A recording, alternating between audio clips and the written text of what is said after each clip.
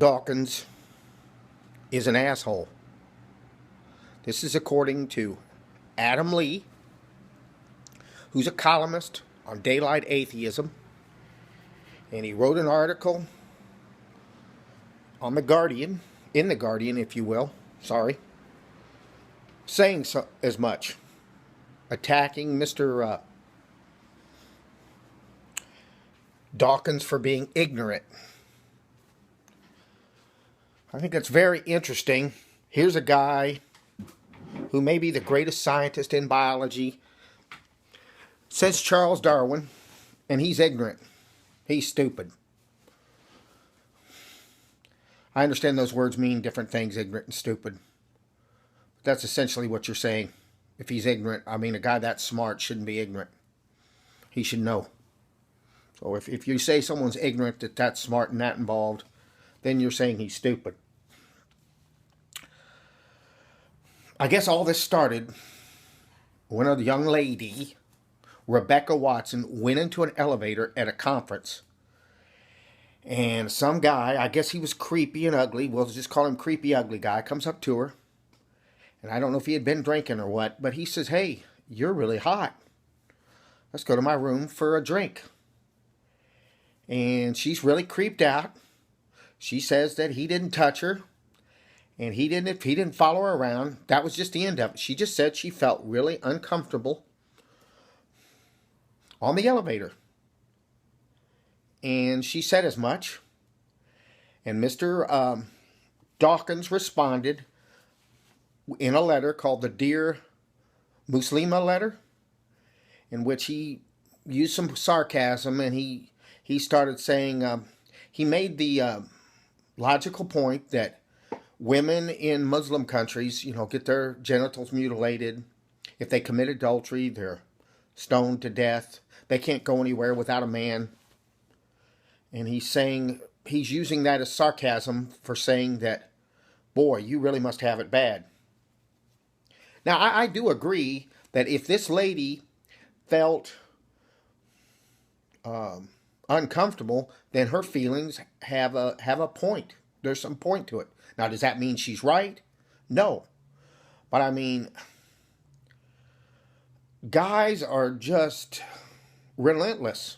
I learned this when I was 27 and I lived in San Francisco. That was a gay city, right? And I'm an attractive guy, and I was in my 20s. And I remember a few times, once when I was in Denton, and I weighed about 160 pounds, and I was running one day and jogging, and I had my shirt off and my shorts on, and I was in very good shape, and I just remember a girl looking at me, and she was pretty, but it's just the way she looked at me.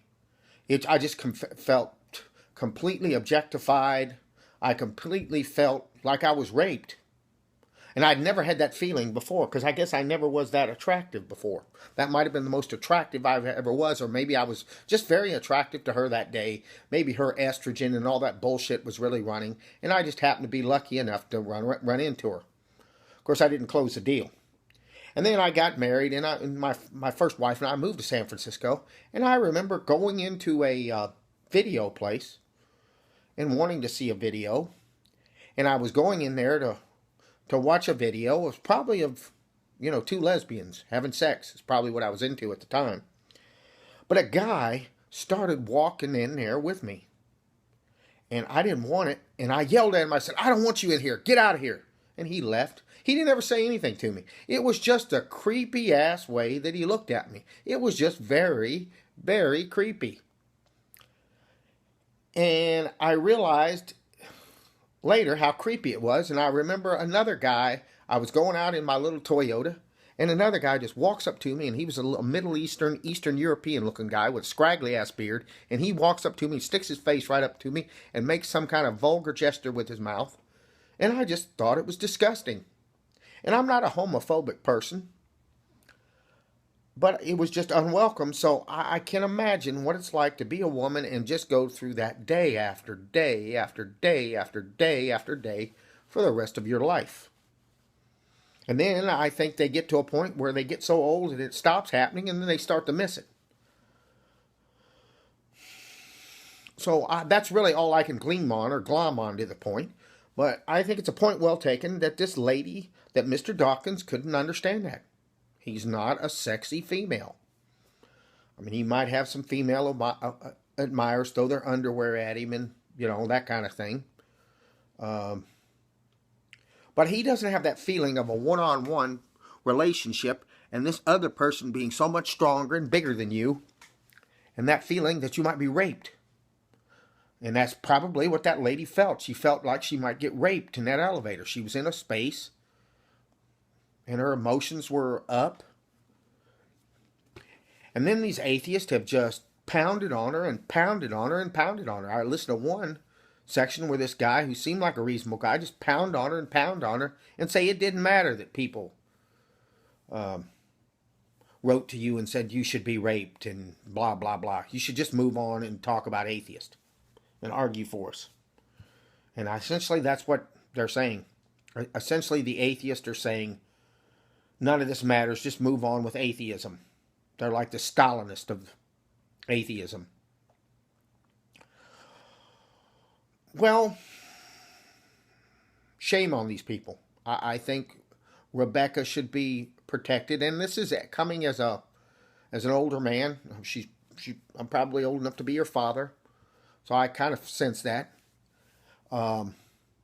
She's moved on. She has a big channel on YouTube. She has a following. She's doing well, so I don't think she's allowed any of this stuff to stop her.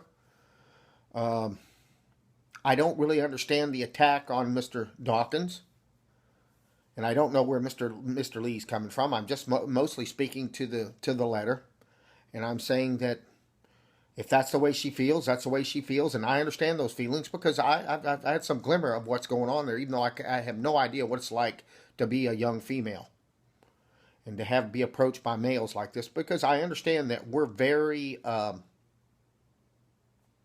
clumsy when it comes to approaching women. A lot of us don't have any clue about how to do that. And that's part of it. And I think this rift has been encouraged.